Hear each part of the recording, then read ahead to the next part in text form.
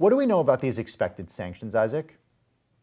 We know that the US, along with the EU and Canada to a degree, is taking this to a really new and I would say crucial level by actually punishing people who are responsible for crimes against humanity and genocide in Xinjiang, the region in northwest China where upwards of 1 million Muslims have been imprisoned in concentration camps.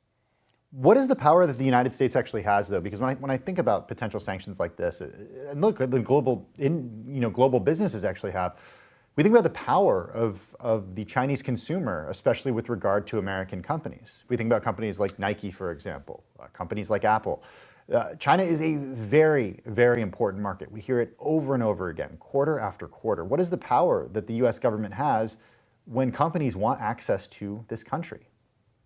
The US government still has substantial power over the global financial system. And when you're looking at the ability of the US to cut individuals off from this global money market, that is very, very powerful. It's much easier for the US to say, hey, you Chinese official or you Chinese company, we're going to cut you off from the global banking system than for the US to say, hey, Nike, we don't really appreciate that you have a factory in that's sources from Xinjiang, or hey, Disney, we don't like that you made a movie that filmed in Xinjiang and thanked a Xinjiang Public Security Bureau. It's harder for the US to do that than it is to target individually Chinese officials who are responsible with this. Do we get to that point, Isaac, where the United States will want companies not to do business in certain parts of the country?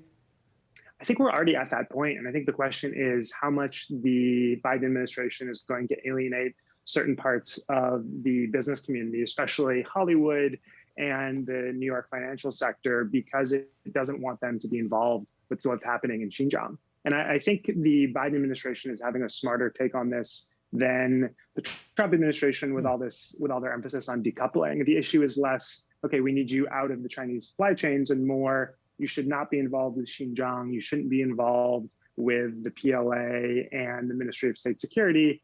And we're still figuring it out on the rest of it, but cut off from these parts of it. Explain the difference between the Trump approach to China and the Biden approach to China, and to what extent the Biden administration is continuing Trump's approach. So the places that they're the same are being much more aggressive on the growing influence of the Chinese Communist Party globally.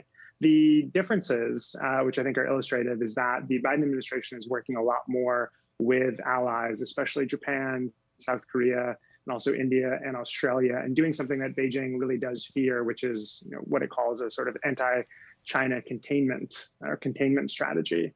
The other thing that I would say is we're still sort of figuring out if it's different or the same from the Trump administration, is targeting Chinese companies and US companies as national security risks. There's a major Chinese cell phone company called Xiaomi, and it's huge, very big company, one of the largest cell phone companies in the world. And that company recently got constrained in the United States because its founder, Lei Jun, had received an award from a PLA-linked organization. So there's a lot of these risks that are starting to come to the surface as the Biden administration tries to feel, okay, how are we going to target Chinese companies that have too close links to the States for our comfort?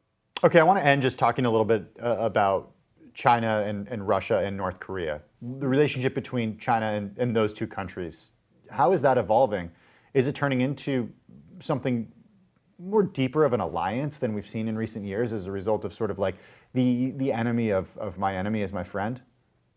So the Chinese and North Koreans love to say that they're as close as lips and teeth, but from what we can tell, there's a lot of fear about China in North Korea and a lot of fear about China in Moscow as well. I think there's a real sense that China is an expansionist power, and what Moscow and Pyongyang seem to be doing is working with China now to further their own interests in the short term. But I would be shocked if we see another Sino-Russian alliance like we saw in the Sino-Soviet alliance in the 40s and 50s. This does feel temporary to me, but it'd be really interesting to see. I think Russia's kind of an open game for if the US or China can work closer with it in the attack against the other one.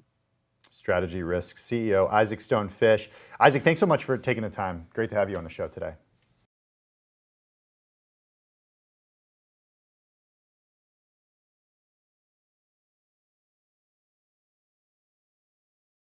The biggest stories the moment they happen from around the globe. Subscribe to Bloomberg Quick Take now for insight in an instant.